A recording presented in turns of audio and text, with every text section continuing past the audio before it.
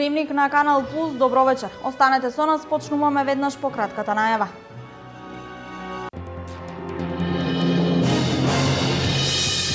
Виничко Калиманци од некогашната стратешка позиција. Денес е село на стотина жители со празни училишта. Калиманци нуди одлични услови за земјоделство и сточарство.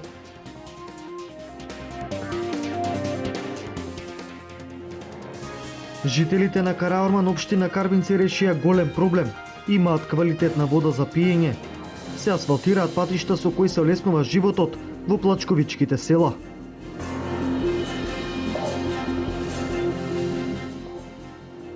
Се е подготвено за утрешниот почеток на Макфест. 30 наши и странски изведувачи ќе се борат за некои од наградите на најпрестижниот фестивал на забавна музика.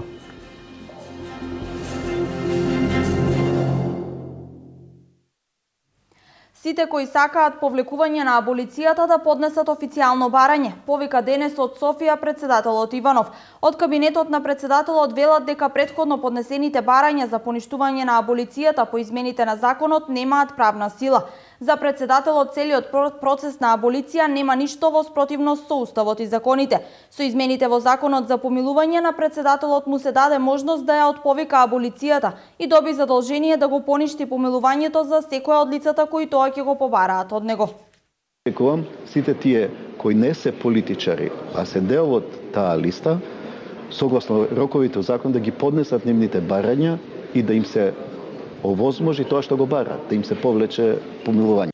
Јас им понудив на лидерите решение од кризата, да има помирување и за сите тие предмети што се и на власта и на опозицијата да се замрзни постапката што е овозможена и со уставот и со законите. Значи нема ништо против уставно и против законите. Остануваме на тема политика. Општинската организација на СДСМ Штип обвини дека добар дел од апаратите во клиничката болница во Штип се во употреба и дека е нарушено редовното снабдување на пациентите со инсулинска терапија. Од болницата со одговор дека апаратите наскоро ќе профункционираат и дека ниту еден диабетичар не е оставен без инсулин. Општинската организација на СДСМ Штип обвини дека условите во Штипската болница во која се лекуваат пациентите од истокот се на самото дно. До крајот на минатата година вкупниот долг во јавното здравство достигнал 120 милиони евра, што се одразува и на состојбата во која се наоѓаат апаратите во болницата во Штип, но и во редовното снабдување на диабетичарите со инсулин, велат од СДСМ. Голем дел од медицинската опрема во клиничката болница во Штип е надвор од употреба. Веќе неколку месеци не работат апаратот за лапароскопска хирургија, апаратот за колоноскопија, апаратот за рентгенски снимања во болницата. Веќе неколку недели не работи компјутеризираната томографија во Штип. Пациентите, наместо да се лечат во клиничката болница во Штип, се препраќаат во други градови. Од минатата недела во болницата нема ниту инсулин, со што на болните животот им е доведен во ризик. Залудни се исценираните дуели помеѓу Груевски и Тодоров за нивна посветеност за доброто на пациентите и лекарите. Дигиталниот рентген апарат не работи поради неговата максимална искористеност со околу 4000 прегледи годишно, но по завршување на тендерската постапка ќе биде ставен во функција најдоцна за 2 недели, изјавуваат од Штипската болница. Што се однесува за компјутерската томографија, од пред известно време не функционира. Состојбата е таква што и за тој апарат е распишана тендерска постапка за да може да се поправи и некаде за месец до 2 месец дена ќе стартува повторно. Што се однесува исто за реакцијата дека нема инсулини, дека пациентите се ставаат на таблетарна терапија, тоа не е вистина, бидејќи точно дека од време на време се намалува бројот на инсулини во болницата и овде станува збор за тендерска постапка, меѓутоа никош пациентите не се оставаат да се менува терапијата без консултација и без следење на лекарот. За околу 1 месец треба да биде ставен во функција и апаратот за компјутеризирана томографија, изјавуваат од клиничката болница во Штип.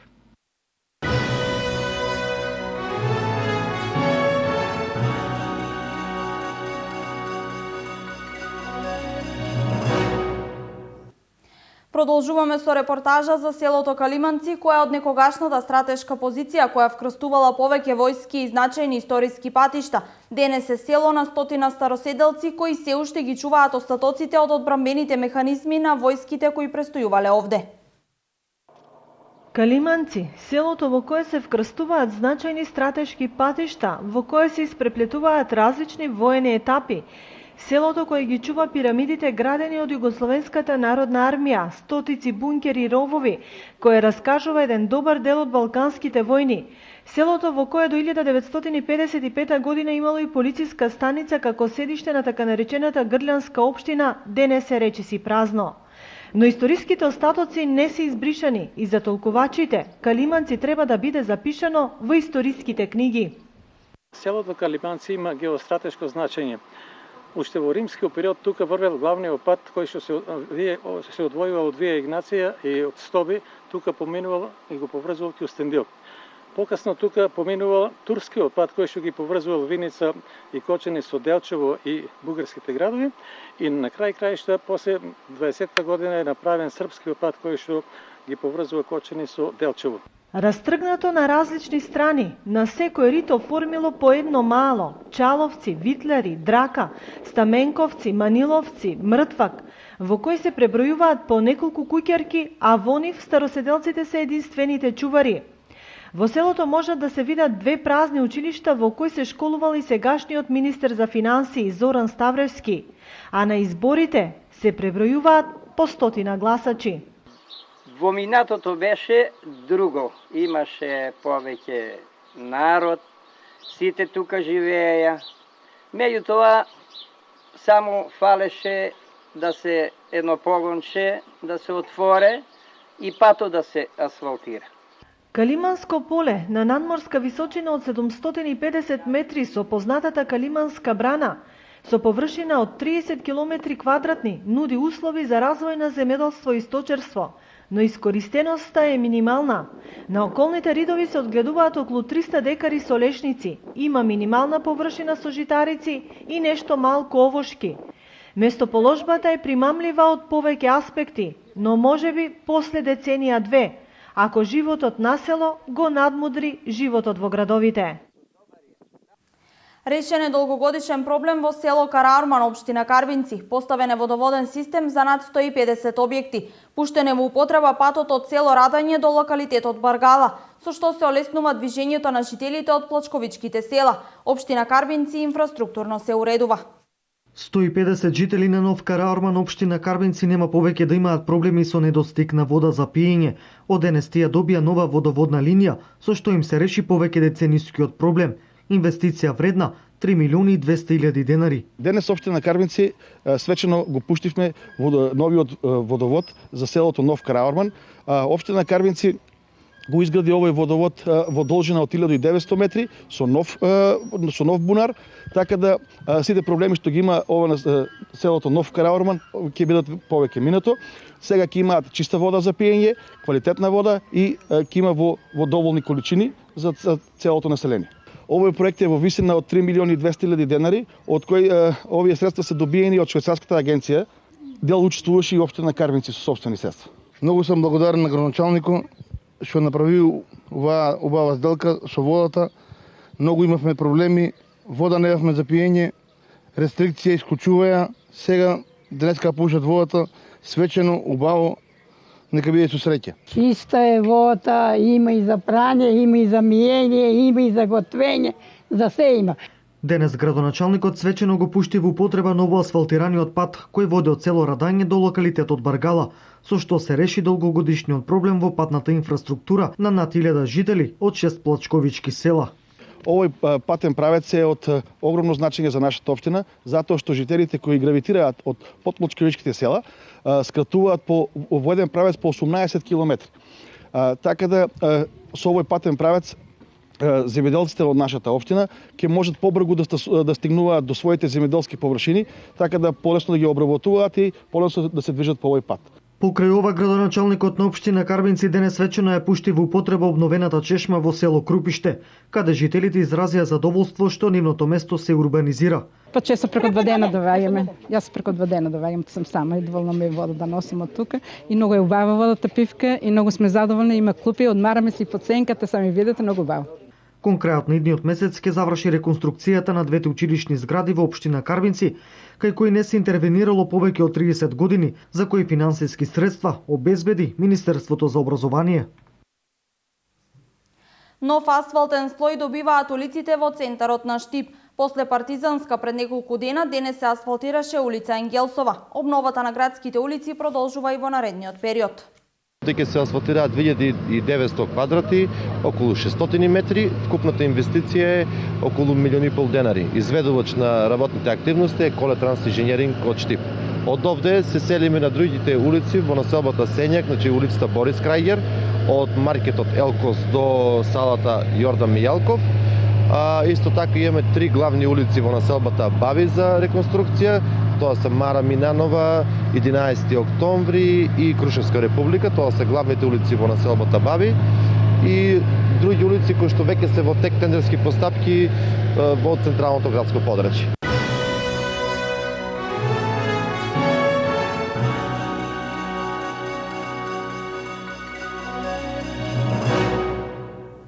Минути за образование. 333 е бројката на досега запишани правачиња во Кочани за учебната 2016-2017 година. Уписите се уште течат, а кочанските училишта очекуваат бројката да се зголеми, со оглед на тоа дека се регистрирани 450 родени деца во 2010 година. Тече уписот на правачињата во основните училишта во Кочани. Поголем дел од предвидените деца за учебната 2016-2017 година се веќе запишани, но остануваат се уште незапишани деца во основното образование. По училишта, состојбата за сега не е на завидно ниво. Во основното училиште Никола Карев досега се запишале 61 дете, од кои 5 во подрачното училиште во Грдовци и 13 во Тракање. Во основното училиште Раде Кратовче досега има запишано 51 дете, од кои во подрачното училиште во Нивичани годинава нема ниту едно дете за упис. Во основното училиште Малина Попиванова се запишале 70, во Крсте Петков Мисирков во Оризари 23 и во основното училиште Свети Кирил и Методи најголем број, односно 128, од кои 15 во подрачното во Подлог и 3 во село Бели. Инаку состојбата со бројот на правачиња во Кочани варира од година во година.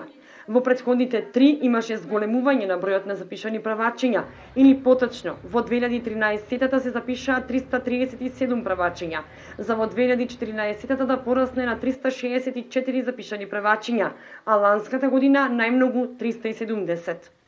Ова не е официјална и конечна бројка на запишани правачиња, потенцираат директорите на училиштата, затоа што уписите се уште траат и до септември бројката ќе порасне. Сдруженијето за заштита и унапредување на животната средина и промовирање на концептот на одржлив развој и екологик и училишниот спортски клуб Тркало од училиштето Радо Кратовче организираше настан за промоција на велосипедот како урбано еколошко превозно средство. Учествуваа 8 основни училишта од Кочани, Зрновци и Чешиново Облешево. Со цел промоција на велосипедот како безбедно и еколошко превозно средство, Сдруженијето за заштита и унапредување на животната средина и промовирање на концептот на одржлив развој екологик и училишниот спортски клуб Тркало од основното училиште Раде Кратовче организираше настан со надпреварувачки карактер под наслов Велосипедско родео. Активноста е дел од проектот Едукација за велосипедизам преку теорија и пракса. На настанот учествуваа по 5 деца од 8 основни училишта од 3 општини – Кочани, Зрновци, Чешиново Облешево, родители, персонал од основните училишта, како и по 10 представници од тимот Екологик и од општина Кочани. Проектот или настанот инвентот Велородио досега се реализираше само во едно училиште Пестолоци во општина Центар и ние како домаќини сме второто училиште од каде што го почнуваме овој настан Велородио со цел овој настан, овој инвент да се проширува на целиот Брегалнички регион. Тука се гости од полициската станица од Кочани, кои што како стручни лица ќе ни дадат на крајот една евалуација дали овој настан можеме да го подобриме во иднина, за да можеме да коригираме некои работи кои ќе се покажат како недостатоци. На настанот беше посветено внимание на користењето и значењето на одржливите типови на транспорт, како и зголемување на безбедноста на улиците и намалување на бројот на сообраќајни несреќи, во кој како еден од учесниците се јавува велосипедист или пешак, а како друг учесник се јавува управувач на моторно возило. Во активноста учествуваа и волонтери од Општинската организација на Црвениот крст Кочани со покажување за давање прва помош при евентуална повреда.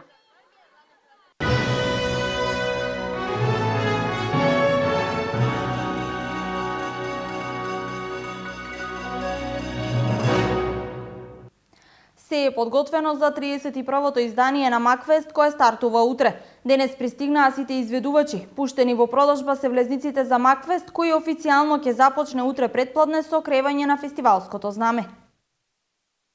Сите учесници на Макфест 2016 се веќе во Штип. Денес се реализира генералната проба на сцена со ревискиот оркестар.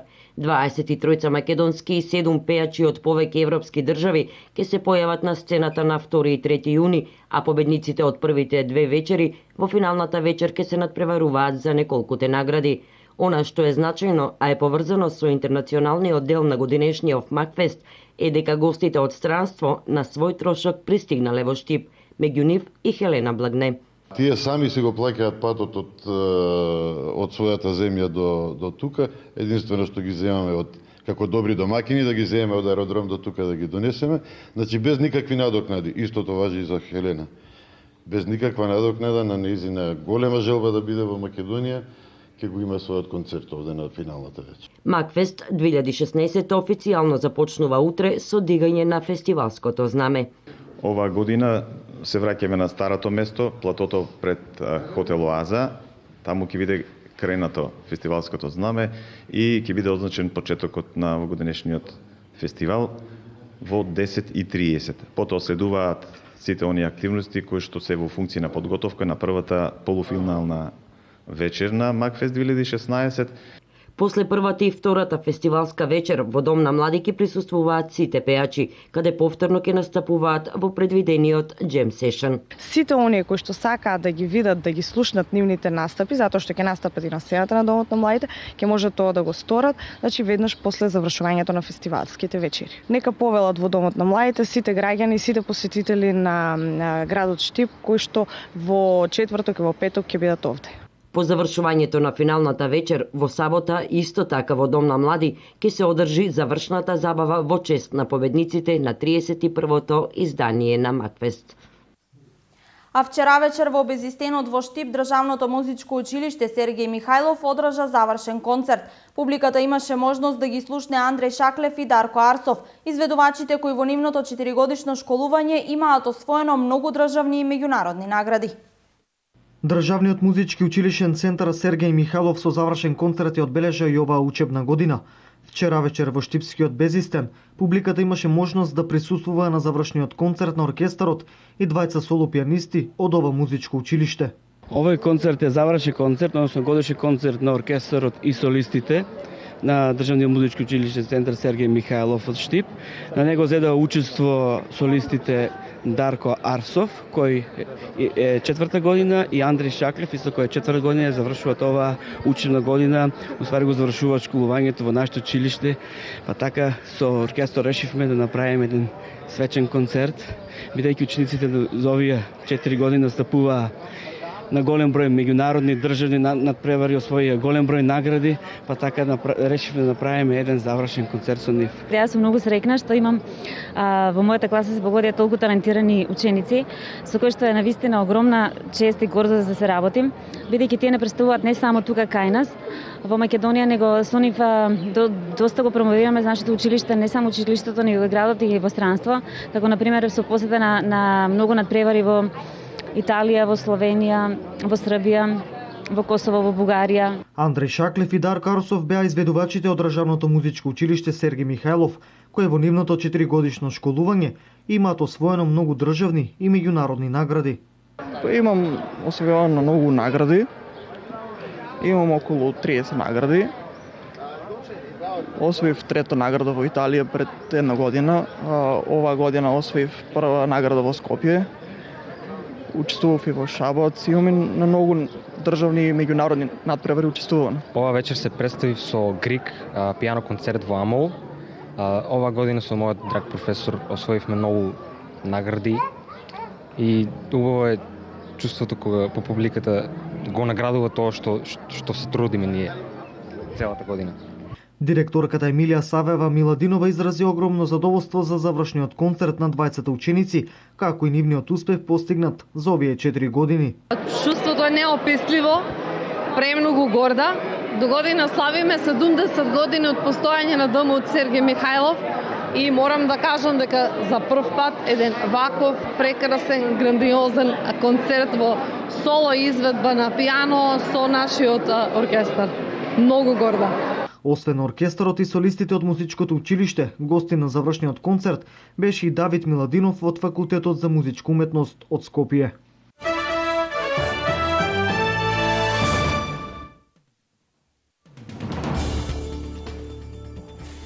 Германските компании преку локалните агенции за вработување бараат 655.000 работници. Пазарот на трудот и натаму се развива во позитивна насока. Бројот на невработени во мај во Германија изнесувал 2,66 милиони, што е 80.000 помалку од претходниот месец и 98.000 помалку во однос на истиот период лани. Ова го изјави Франк Јерген Вајзе, директор на Сојузната агенција за труд. Пораснал и бројот на вработени на полно работно време и на неодредено. Компаниите бараат сезонски работници, најмногу во секторот на угостителството, градежништвото и земјоделството. Падот на невработеноста и растот на бројот на нови работни места е забележани во оние делови на Германија кои досега не профитираа од економскиот раст. Невработеноста во Бразил е на рекордно високо ниво од 11,2% во периодот од февруари до април оваа година, соопшти Бразилскиот институт за статистика. Тоа е највисокиот процент откако во 2012 година беа превземени нови методи за мерење на невработеноста. Во изминатите 12 месеци во Бразил работни места се стопиле за околу 1,5 милион луѓе. Според податоците на институтот, бројот на невработени во Бразил во крајот на април бил 11,4 милиони луѓе. Стейт Департментот ги предупреди американските државјани на опасност од терористички напади во Европа во текот на летото. При тоа се наведува дека цел би можело да бидат Европското првенство во фудбал, туристичките знаменитости, рестораните, трговските центри и јавниот превоз. Вашингтон посебно изразува грижа за Европското првенство во фудбал, што од 10 јуни до 10 јули ќе се одржи во Франција. Домакините очекуваат дека за тоа време Франција ќе ја посетат милион туристи.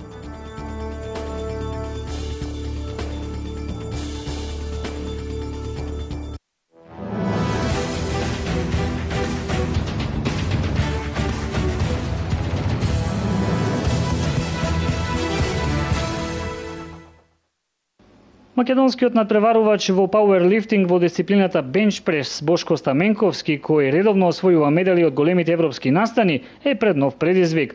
Тој од 7 до 12 јуни ќе биде дел од Европското првенство кое ќе се одржи во градот Рованиеми, Финска. Неговиот настап на 10 јуни е ставен под знак прашалник, бидејќи засега финансиите му прават голем проблем на овој надпреварувач, кој во неколку наврати го обели образот на Македонија. Значи, ако може да се најдат спонзори кои ќе го спонзорираат ово такмичење, пошто не сме моќни ние сами на своја рака да одиме на едно вакво такмичење, особено на европско. Сепак ја представуваме нашата држава. Сите кои што сакаат да му помогнат на овој спортист, тоа може да го сторат на сметката на Стопанска банка, која веќе ја гледате на вашите екрани. Инаку зашто подобро представување на Европското првенство во Финска, Стаменковски засега своите тренинзи исклучиво ги реализира во сопствената теретана, како и со велосипедски тури до Делчево и назад до неговиот роден град. Единствениот субјект кој што засега му излезе во пресрет на Стаменковски и ја плати неговата авионска карта и сместување во Рованиеми, Финска, се родниците Золово и Цинг Саса.